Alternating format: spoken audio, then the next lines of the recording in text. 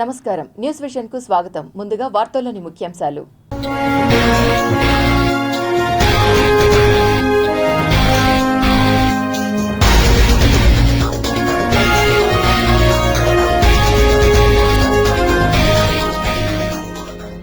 China పేరు మార్చితే Bharat map మార్చింది. 27 ప్రాంతాలపై డ్రాగన్ కు స్ట్రాంగ్ కౌంటర్. చదువుల్లోనే కాదు జీవితమే అసలు పరీక్ష. ఐఐటి ఢిల్లీ స్నాతకోత్సవంలో ప్రధాని మోదీ కీలక వ్యాఖ్యలు. ఘనంగా కుమారస్వామి ఆలయ వార్షికోత్సవ వేడుకలు. నేత్రపర్వంగా తెప్పోత్సవం. తిరుమలలోని క్యూలైన్లలో భక్తుల కష్టాలకు చెక్. ఇక నో వెయిటింగ్. ఇక మరింత వేగంగా శ్రీవారి దర్శనం. దగా డిఎస్సి పేరుతో వైసీపీ తిరుపతిలో ప్రజా పోరాటం. పెరుగుతున్న ప్రజల మద్దతు. చిత్తూరులో సెక్యూరిటీ గార్డ్ దారుణ హత్య. దర్యాప్తు చేపట్టిన పోలీసులు.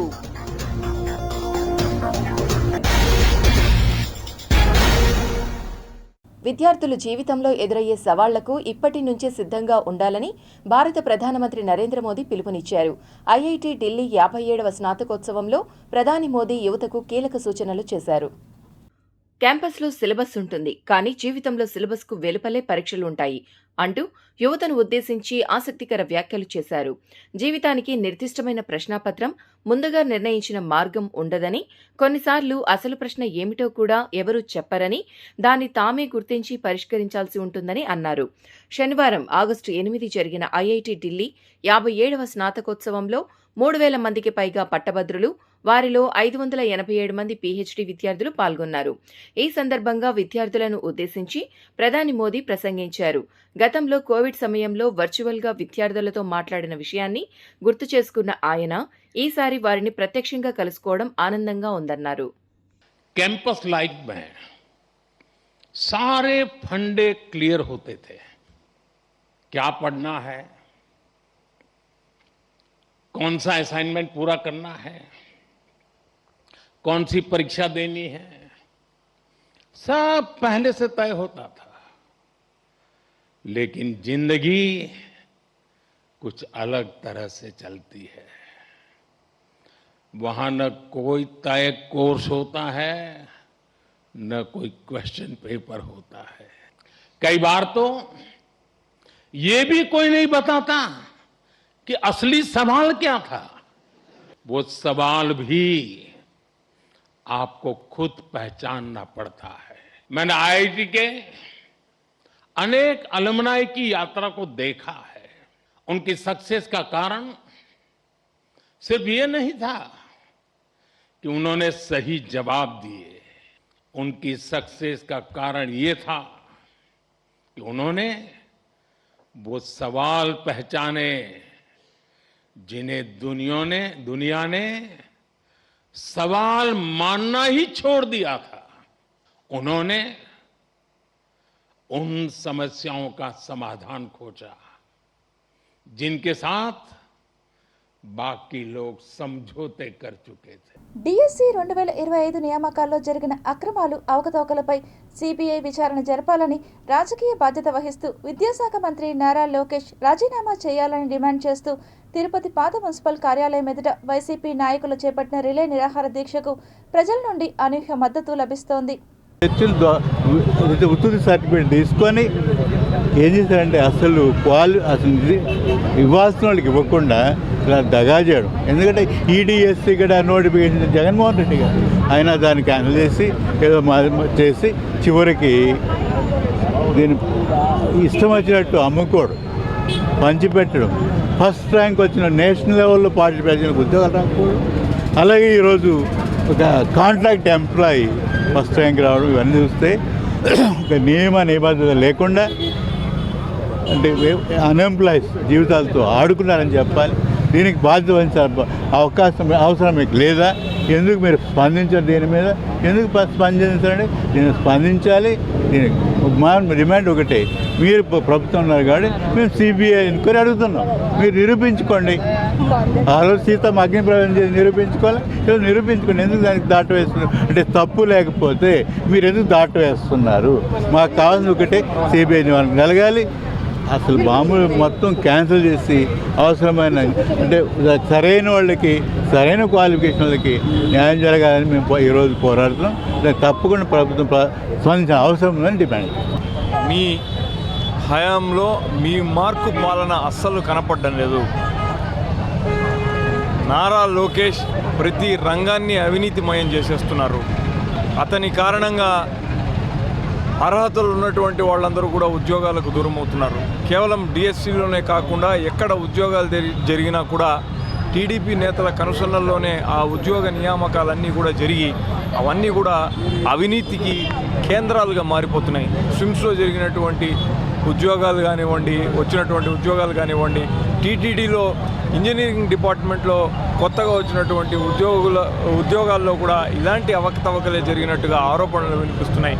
ఇప్పటికన్నా మీరు లోకేష్ని బర్తరఫ్ చేసి రాష్ట్ర ప్రజల్లో నమ్మకాన్ని కలిగిస్తారని చెప్పి వైఎస్ఆర్ కాంగ్రెస్ పార్టీ ఆశిస్తోంది. చిత్తూరు రూరల్ మండలం తాళంపేడు గ్రామ పంచాయతీ పరిధిలోని మంగాపురం గ్రామంలో దారుణ హత్య చోటు చేసుకుంది.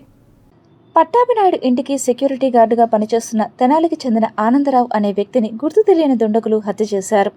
ఇంట్లో ఉన్నవారు గట్టిగా కేకలు వేయడంతో దుండగులు అక్కడి నుంచి పరారైనట్లు తెలుస్తోంది. ఈ ఘటనతో మంగాపురం గ్రామంలో తీవ్ర కలకలం రేగింది. మంగాపురం గ్రామంలో పట్టాభినాయుడు నివాసానికి ఆనందరావు కొంతకాలంగా సెక్యూరిటీ గార్డుగా పనిచేస్తున్నట్లు సమాచారం. గురువారం అర్ధరాత్రి లేదా శుక్రవారం తెల్లవారుజామున గుర్తు తెలియని వ్యక్తులు ఇంటి వద్దకు చేరుకుని ఆనందరావుపై దాడి చేసినట్లు ప్రాథమికంగా తెలుస్తోంది. దుండగులు సెక్యూరిటీ గార్డును హత్య చేసిన సమయంలో ఇంట్లో ఉన్నవారు ఘటనను గుర్తించి గట్టిగా కేకలు వేయడంతో నిందితులు అక్కడి నుంచి పరారైనట్లు సమాచారం. పట్టాభినాయుడు కొంతకాలంగా అమెరికాలో ఉంటున్నట్లు తెలుస్తోంది. ఇటీవల ఆయన స్వగ్రామానికి వచ్చిన నేపథ్యంలోనే ఈ ఘటన చోటు చేసుకోవడం పలు అనుమానాలకు తావిస్తోంది. ఇంటి వద్ద సెక్యూరిటీ గార్డుగా ఉన్న వ్యక్తిని లక్ష్యంగా చేసుకుని దుండగులు హత్య చేయడానికి గల కారణాలపై పోలీసులు ఆరా తీస్తున్నారు. ఇది పాత కక్షల దోపిడీ ప్రయత్నమా లేక మరేదైనా కారణం ఉందా అన్న కోణాల్లో దర్యాప్తు చేస్తున్నట్లు సమాచారం అందుకున్న చిత్తూరు రూరల్ పోలీసులు సంఘటనా స్థలానికి చేరుకొని పరిస్థితిని పరిశీలించారు. హత్యకు సంబంధించిన ఆధారాలను సేకరించే పనిలో పోలీసులు నిమగ్నమయ్యారు. సంఘటనా స్థలంలో లభించిన ఆధారాలు, పరిసర ప్రాంతాల్లోని సీసీ కెమెరాల దృశ్యాలను పరిశీలించి నిందితులను గుర్తించే ప్రయత్నం చేస్తున్నారు. ఆనందరావు ఎవరితోనైనా విభేదాలు కలిగి ఉన్నారా, ఇటీవల ఆయనను ఎవరైనా బెదిరించారా అనే విషయాలపైన పోలీసులు ఆరా తీస్తున్నారు. హత్య జరిగిన సమయంలో ఇంట్లో ఎవరెవరు ఉన్నారు, దుండగులు ఎంతమంది వచ్చారు, ఏ వాహనంలో వచ్చారు, హత్య అనంతరం ఏ మార్గంలో పరారయ్యారు అనే వివరాలను సేకరిస్తున్నారు. అలాగే మృతుడు ఆనందరావు స్వస్థలం తెనాలి కావడంతో ఆయన వ్యక్తిగత కుటుంబ నేపథ్యంపై కూడా పోలీసులు సమాచారం సేకరిస్తున్నారు. ఈ ఘటనకు సంబంధించి పూర్తి వివరాలు పోలీసుల దర్యాప్తు అనంతరం వెల్లడయ్యే అవకాశం ఉంది. తిరుమలలో భక్తులకు క్యూలైన్లలో అన్న ప్రసాదాలను మరింత వేగంగా అందించేందుకు టీటీడీ మరో వినూత్న విధానానికి శ్రీకారం చుట్టబోతోంది. ఎయిర్పోర్ట్లలో లగేజ్ కన్వేయర్ బెల్ట్ మాదిరిగానే తిరుమలలోనూ అన్న ప్రసాదాలు అందించేందుకు మూవింగ్ టేబుల్స్ విధానాన్ని తీసుకొచ్చింది. తిరుమలలో కొంతకాలంగా భక్తుల రద్దీ కనిపిస్తోంది. టోకెన్ లేకుండా వచ్చే భక్తులు శ్రీవారిని దర్శనం చేసుకునేందుకు 18 గంటల నుంచి 24 గంటల వరకు సమయం పడుతోంది. దీంతో భక్తులు గంటల తరబడి క్యూలైన్లలోనే వేచి ఉంటున్నారు. టీటీడీ భక్తుల రద్దీని గమనిస్తూ వారికి అవసరమైన అన్న ప్రసాదాలను క్యూలైన్లలోనే అందిస్తోంది. శ్రీవారి సేవకుల ద్వారా ఈ అన్న ప్రసాదాలను అందిస్తుండగా కానీ రద్దీ ఎక్కువగా ఉండడంతో భక్తులకు ప్రసాదాలు అందించడం కాస్త ఇబ్బందిగా మారింది. ఈ సమస్యకు పరిష్కారంగా తిరుమలలో భక్తులకు క్యూలైన్లలో అన్న ప్రసాదాలను మరింత వేగంగా అందించేందుకు టీటీడీ మరో వినూత్న విధానానికి శ్రీకారం చుట్టబోతోంది. ఎయిర్పోర్ట్లలో లగేజ్ కన్వేయర్ బెల్ట్ మాదిరిగానే తిరుమలలోనూ అన్నప్రసాదాలు అందించేందుకు మూవింగ్ టేబుల్స్ విధానాన్ని తీసుకొచ్చింది. తిరుమలలోని క్యూలైన్లలో భక్తులకు అన్నప్రసాదం అందించేందుకు టీటీడీ ఇంజనీరింగ్ అధికారులు మూవింగ్ టేబుల్ విధానాన్ని డిజైన్ చేశారు. 10 లక్షల వరకు ఖర్చు చేసి 7 మీటర్ల పొడవుతో ఈ యంత్రాన్ని తయారు చేశారు. ఎయిర్పోర్ట్లలో లగేజీ కన్వేయర్ బెల్ట్ లాగే ఇది తిరుగుతూ ఉంటుంది. భక్తులు ఆ యంత్రంపై ఉంచిన అన్నప్రసాదం ప్లేట్లను తీసుకునేలా ప్లాన్ చేశారు. ఈ కొత్త విధానంతో శ్రీవారి సేవకులకు సులభంగా ఉంటుంది, సమయం ఆదా అవుతుంది. పంపిణీ సమయంలో తోపులాటలు కూడా ఉండవు. తిరుమలలో భక్తులు ఎక్కువగా ఉండే క్యూ లైన్ల పక్కనే ఈ మూవింగ్ టేబుల్ ఏర్పాటు చేస్తారు. శ్రీవారి సేవకులు ముందుగానే ప్లేట్లలో అన్న ప్రసాదాలతో సిద్ధం చేసి ఉంచుతారు. ఆ అన్నప్రసాదం ప్లేట్లను మూవింగ్ టేబుల్స్పై పెట్టగానే ముందుకు కదులుతూ ఉంటాయి. అప్పుడు భక్తులు క్యూ లైన్లలో నడుస్తూనే ప్లేట్ తీసుకునేలా ఏర్పాటు చేశారు. ఈ మూవింగ్ టేబుల్పై భక్తులు ప్లేట్లు తీసుకోగానే ఖాళీ ఉన్న చోట మళ్ళీ అన్నప్రసాదం ప్లేట్లు ఉంచుతారు. ఈ మూవింగ్ టేబుళ్లను ముందుకు ప్రయోగాత్మకంగా తిరుమలలోని రింగ్ రోడ్ దగ్గర పరిశీలించారు. క్యూ లైన్ల పక్కన మూవింగ్ టేబుల్ ఏర్పాటు చేసి భక్తులకు అన్నప్రసాదం అందించారు. మూవింగ్ టేబుల్ విధానంపై భక్తులు కూడా ఆనందం వ్యక్తం చేశారు. అందుకే ఈ మూవింగ్ టేబుల్స్ను క్యూ లైన్ల దగ్గర ఏర్పాటు చేయనున్నారు. తిరుమలలో భక్తుల రద్దీ ఎక్కువగా ఉండే క్యూ లైన్ల దగ్గర ఈ మూవింగ్ టేబుల్స్ ఏర్పాటు చేయనున్నారు. తిరుమలలోని Vaikuntham queue complex 1, queue complex 2తో పాటు నారాయణగిరి షెడ్లు సహా మరికొన్ని చోట్ల 10 మూవింగ్ టేబుల్స్ ఏర్పాటు చేసేందుకు ప్రణాళికలు సిద్ధం చేశారు. ఈ మూవింగ్ టేబుల్స్ను ప్రయోగాత్మకంగా పరిశీలించిన సమయంలో కొన్ని మార్పులు చేయాలని అధికారులు నిర్ణయించారు. టేబుల్ పొడవు 7 మీటర్లు ఉండగా ఆ సైజు పెంచాలని నిర్ణయం తీసుకున్నారు. ఈ టేబుల్స్ను 12 నుంచి 15 మీటర్ల వరకు పెంచనున్నారు. మొత్తం మీద తిరుమలలో భక్తులకు అన్నప్రసాదాలు సులభంగా అందించేలా టీటీడీ ఈ విధానాన్ని త్వరలోనే తీసుకురాబోతోంది. పవిత్ర పుణ్యక్షేత్రమైన తిరుపతి నగరం ప్రతి శనివారం తెల్లవారుజామున భక్తి పారవస్యంలో మునిగిపోతోంది.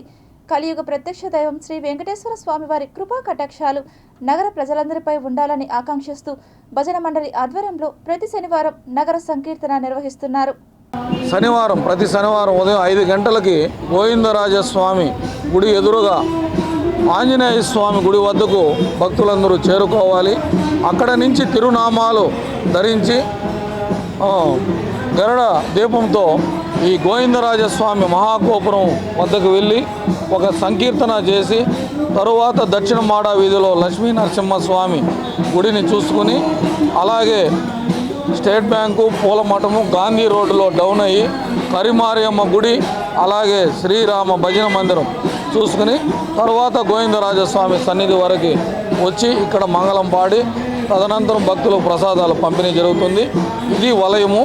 ప్రతి ఒక్కరూ వచ్చి ఈ శనివారం గోవిందరాజస్వామి గుడి దగ్గరకు వచ్చి నగర సంకీర్తనలో పాల్గొంటే మనకందరికీ గోవిందరాజస్వామి ఆశీస్సులు అలాగే వెంకటేశ్వర స్వామి ఆశీస్సులు మనకు మెండుగా ఉంటాయి. తిరుపతి గోవిందరాజస్వామి ఎదురుగా ఉన్నటువంటి ఆంజనేయ స్వామి గుడి దగ్గరకు వచ్చేసి అందరూ భజనలో పాల్గొని పునీతులు అవ్వాలని, ఆ దేవదేవునికి కృపకు పాత్రలు కావాలని, భగవంతునికి భక్తునికి మధ్య భజనే ఒక మార్గము కాబట్టి అందరూ దేవుణ్ణి భజించి తరించి వారి జన్మలు పునీతం చేసుకోవాల్సినదిగా కోరుకుంటూ ఓం నమో వెంకటేశాయ. గుండాల గోపీనాథ్ రెడ్డి గారు వారి గురించి ఎంత చెప్పినా తక్కువే. ఈ కార్యక్రమం ప్రతి శనివారం నిర్వహించబడతా ఉంది అంటే ఆయనే కారకుడు. ఆయనకు ఆ దేవదేవుడు శతాయుష్నివ్వాలని, సంపూర్ణ ఆయురారోగ్యాలు ఇవ్వాలని, ఈ కార్యక్రమం నిరంతరంగా కొనసాగేందుకు అందరూ హిందువులు కూడా పాల్గొనాలని కోరుకుంటున్నాను.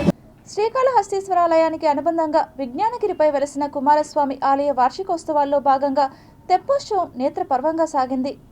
శ్రీ వల్లి దేవసేన సమేత కుమారస్వామిని మొదట అలంకార మండపంలో విశేషంగా అలంకరించి మంగళ వాయిద్యాలు, మేళతాళాల మధ్య నారద పుష్కరిణి వద్దకు తీసుకువచ్చారు.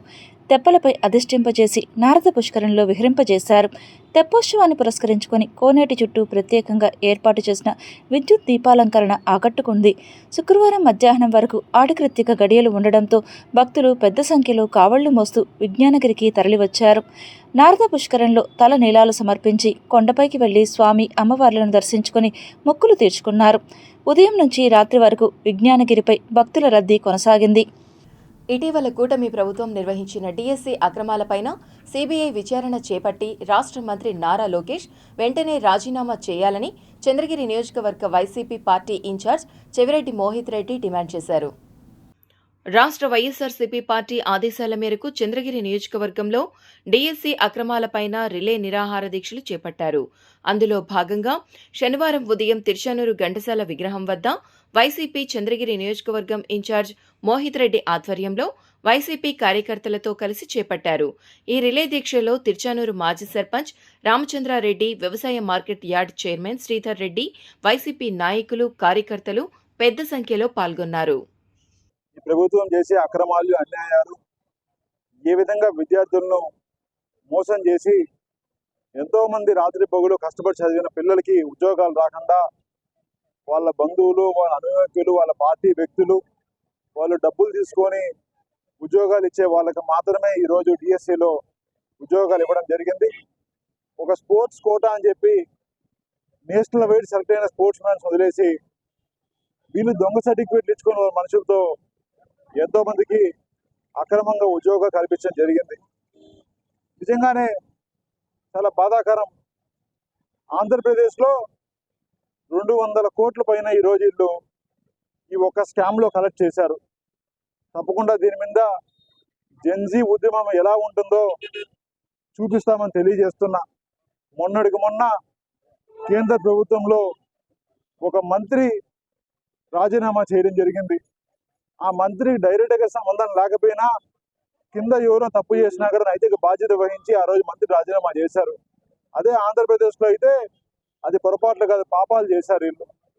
డైరెక్ట్గా నారా లోకేష్ గారికి అదేవిధంగా వాళ్ళ కింద ఉన్న వాళ్ళకి సంబంధం ఉండి 100 కోట్ల చేతులు మారిన వాళ్ళ బంధువులకి, వాళ్ళ మిత్రులకి, వాళ్ళ పార్టీ వాళ్ళకి ఈరోజు ఉద్యోగాలు ఇప్పించుకున్నా కూడా ఏమాత్రం స్పందన లేకుండా దున్నపోతు మీద వర్షం పడితే ఏ విధంగా పట్టించుకోకుండా ఉంటుందో అదే విధంగా ఈ ప్రభుత్వం కూడా ఏమాత్రం పట్టించుకోకుండా వాళ్ళు ఒక విధంగా ఒక ట్రాన్స్లో ఉన్నారు.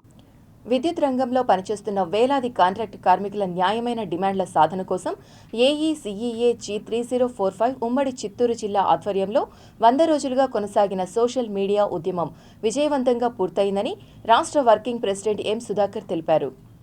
దౌర్భాగ్యమైనటువంటి పరిస్థితి ఏంటంటే ఏమ్రా అంటే మీరు విద్యుత్ సంస్థలో పనిచేస్తున్నారు కాబట్టి మీకు రేషన్ కార్డు లేదంటారు. మాకు వచ్చే 20,000 25,000 జీతంతో రేషన్ కార్డు కూడా తీసేసి కనీసం హైటెన్షన్ టవర్ మీద నుంచో పోల్ మీద నుంచో పడిపోతే మీరు తిరుపతిలో ఎలైట్ హాస్పిటల్లో అడగండి. ఎన్ని యాక్సిడెంట్లో ఎన్నిసార్లు సీఎండీ గారిని కలిసామో, ఎన్నిసార్లు మేనేజ్మెంట్ కలిసామో, ఎన్నిసార్లు మీడియా ద్వారా సోషల్ మీడియా ద్వారా మేము ప్రతినిత్యం చెప్తూనే ఉన్నాం. ఈరోజు అందరికి కడుపు కాలి ఇక మా వల్ల కాదు మహాప్రభు, 2.5 సంవత్సరం అయిపోయింది, వీళ్ళు ఎవరూ స్పందించడం లేదు అని చెప్పి చిన్నగా సోషల్ మీడియా ఉద్యమాన్ని స్టార్ట్ చేస్తే ఈరోజు రాష్ట్ర వ్యాప్తంగా ఉధృతం అయిపోయింది. ఈరోజు మేము జస్ట్ నాయకులు మాత్రం రమ్మని చెప్పాం. ఈరోజు మీ ఎంతమంది వచ్చినారు చూడండి. ఈరోజు అందరూ కూడా ఒకటే అంటున్నారు, రోడ్డు ఎక్కేద్దాం పదండి అని. కాపు కార్పొరేషన్ తరహాలోని రాయలసీమ బలిజ కార్పొరేషన్ను ఏర్పాటు చేయాలని టీటీడీ మాజీ పాలక మండలి సభ్యులు పోకల అశోక్ కుమార్ కోరారు. తిరుపతి ఓ ప్రైవేట్ హోటల్లో ఏర్పాటు చేసిన రాయలసీమ బలిజల సమావేశ కార్యక్రమానికి బలిజ సంఘం నాయకులు పెద్ద సంఖ్యలో హాజరై రౌండ్ టేబుల్ సమావేశాన్ని నిర్వహించారు. ఈ సందర్భంగా వారు మీడియాతో మాట్లాడుతూ ఆర్థికంగా, సామాజికంగా, రాజకీయ, విద్యాపరంగా బలిజలు వెనుకబడి ఉన్నారని, తమకు న్యాయం చేయాలని ప్రభుత్వాన్ని కోరారు. త్వరలో రాష్ట్ర వ్యాప్తంగా జరగబోయే పంచాయతీ, మున్సిపల్ ఎన్నికలలో mayor, deputy mayor, corporator, municipal chairman, ZP chairman, MPTC, ZPTC, MPP, sarpanch స్థానాల్లో జనాభా నిష్పత్తి మేరకు కనీసం 10 స్థానాలు కేటాయించాలని కోరారు. అనేక మార్లు రాష్ట్ర ప్రభుత్వానికి విన్నవించినప్పటికీ తమకు న్యాయం చేకూరలేదని, రాయలసీమ బలిజలంతా ఐకమత్యంగా పోరాడి తమ హక్కుల సాధన కోసం కృషి చేయాలని ఈ సందర్భంగా వారు తెలిపారు. 11 జెడ్పీ చైర్మన్ పోస్టుల్లో కనీసం 2 జెడ్పీ చైర్మన్ పోస్టులు ఇవ్వాలి. 8 మేయర్ పోస్టులు ఉన్నాయి. 8 మేయర్ పోస్టులలో ఒక 2 మేయర్ పోస్టులు అడుగుతున్నాం. అట్లనే 30 మున్సిపల్ చైర్మన్ పోస్టులు ఉన్నాయి. వాటిల్లో కనీసం ఒక 7-8 మున్సిపల్ చైర్మన్ పోస్టులు అడుగుతున్నాం. 30 లక్షల మంది జనాభా ఉన్న మాకు రాజకీయంగా, సామాజికంగా న్యాయం జరగటం లేదు.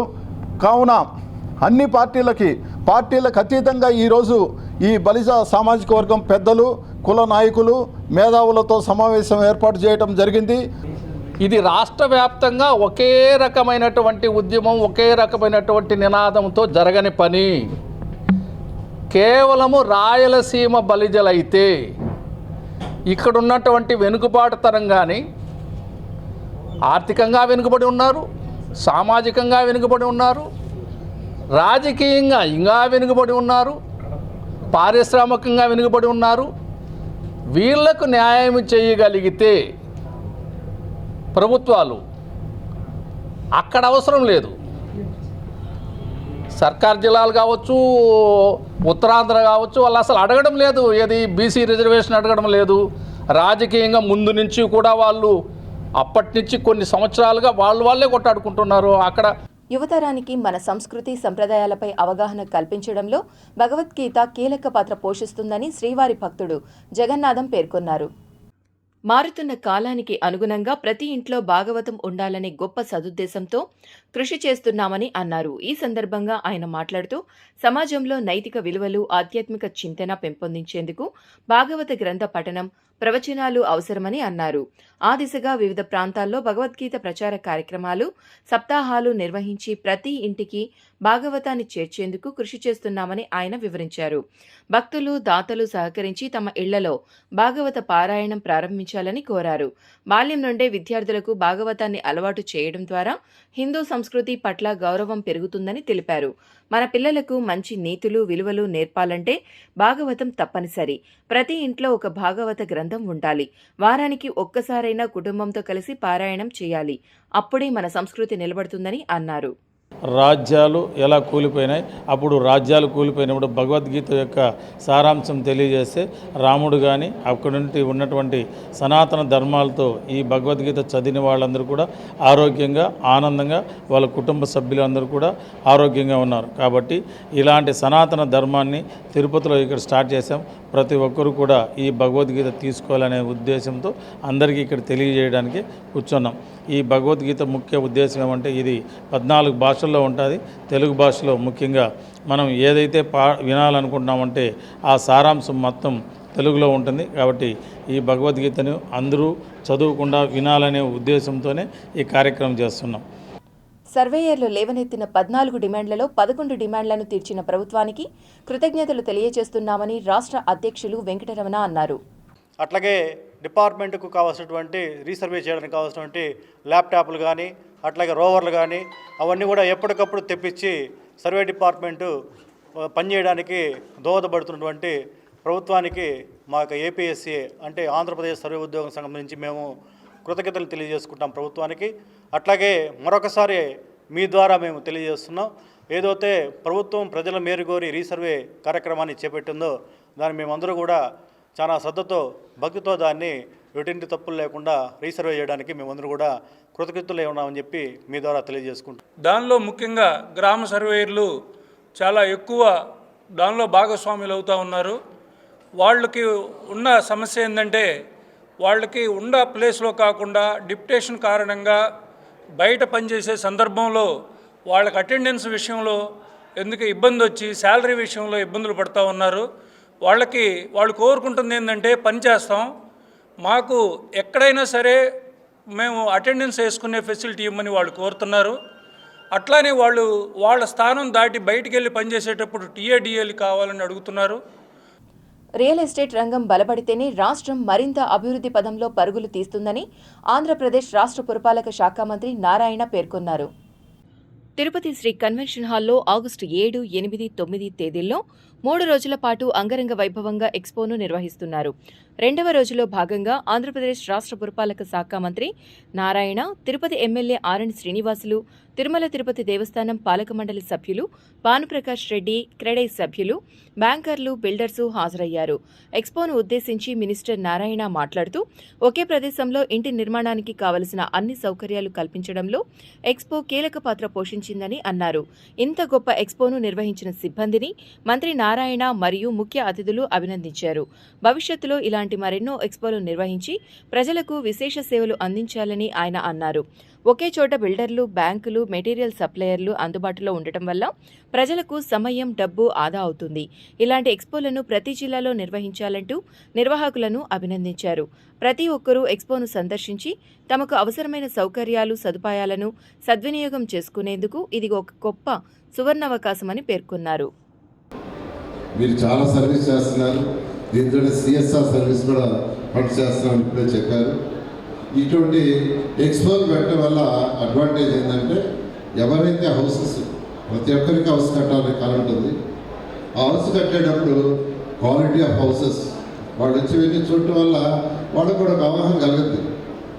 ఇప్పుడు ఈరోజు నేను అమరావతి క్యాపిటల్ సిటీ కడుతున్నానంటే గవర్నమెంట్ ముఖ్యమంత్రి గారు ఇచ్చిన ఆ యొక్క అవకాశంతో నేను అనేక దేశాలు తిరిగి వచ్చాను.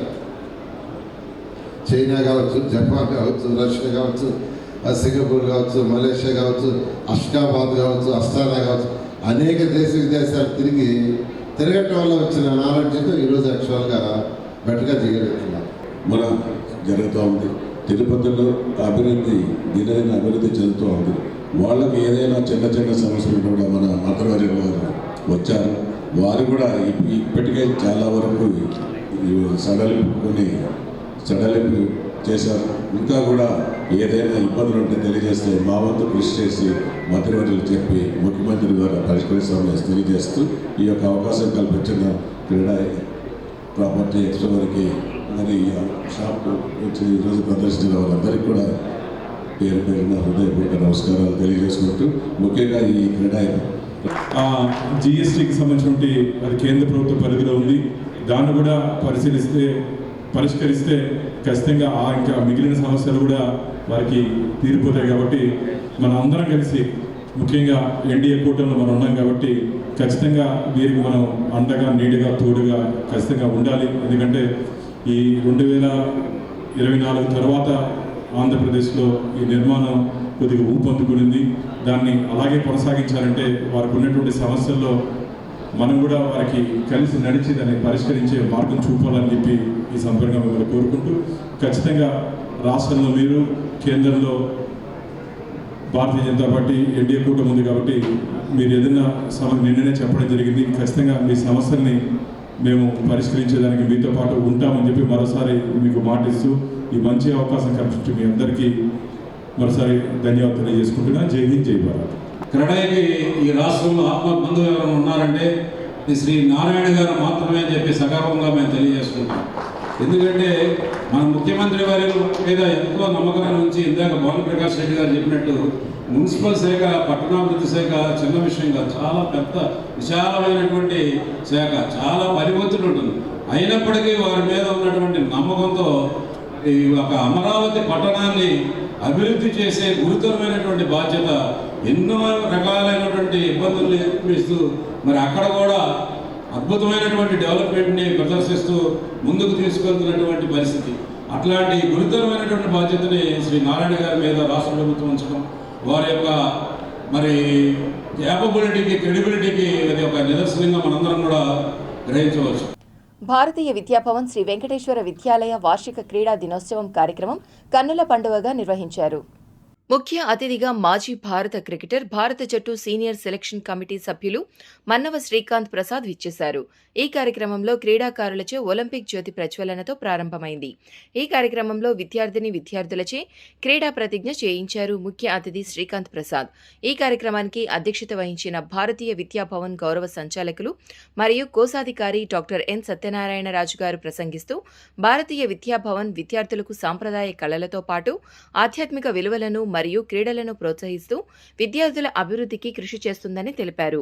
ముఖ్య అతిథి గారు ప్రసంగిస్తూ, విద్యార్థులు చేసిన డ్రిల్స్ ఎంతో అద్భుతంగా ఉన్నాయన్నారు. భారతీయ విద్యాభవన్ విలువలతో కూడిన విద్యను అందిస్తుందన్నారు. క్రీడల ద్వారా పిల్లలు గెలుపోటములు సహజమని గుర్తించాలని, తద్వారా భవిష్యత్తులో ఎదురయ్యే ఒడిదుడుకులను సమర్థవంతంగా ఎదుర్కొని జీవితంలో రాణించగలరని తెలియజేశారు. అంతేకాకుండా తల్లిదండ్రులు తమ పిల్లలను క్రీడల వైపు ఆసక్తి కలిగేలా ప్రోత్సహిస్తూ ఇంట్లో కూడా ఆహ్లాదకర వాతావరణాన్ని కల్పించాలని, పిల్లలను స్థితప్రజ్ఞులుగా తీర్చిదిద్దాల్సిన అవసరం ఉందని తెలియజేశారు.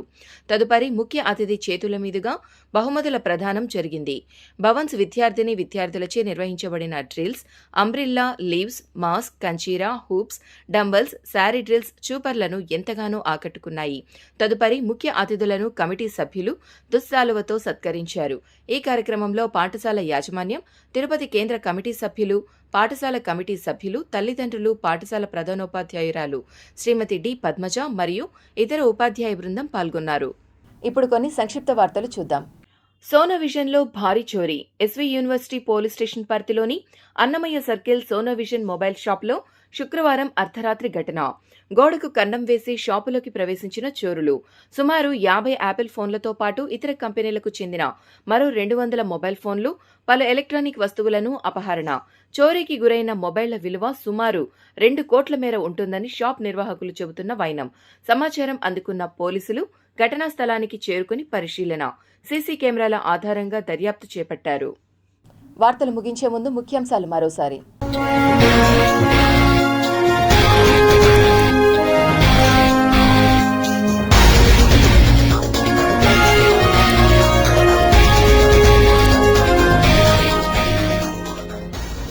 పేరు మార్చితే భారత్ మ్యాప్ మార్చింది. 27 ప్రాంతాలపై డ్రాగన్ కు స్ట్రాంగ్ కౌంటర్. చదువుల్లోనే కాదు, జీవితమే అసలు పరీక్ష. ఐఐటి ఢిల్లీ స్నాతకోత్సవంలో ప్రధాని మోదీ కీలక వ్యాఖ్యలు.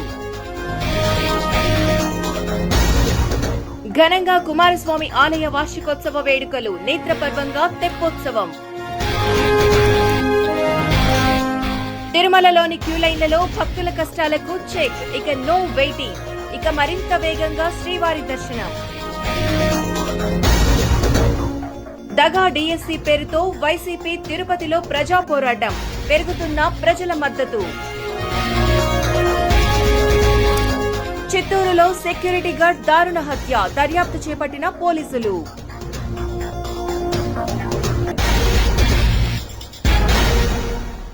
ఈ వార్తలు ఇంతటితో సమాప్తం. సమగ్ర సమాచారంతో న్యూస్ విషయంలో మళ్ళీ కలుద్దాం. అంతవరకు సెలవు. నమస్కారం.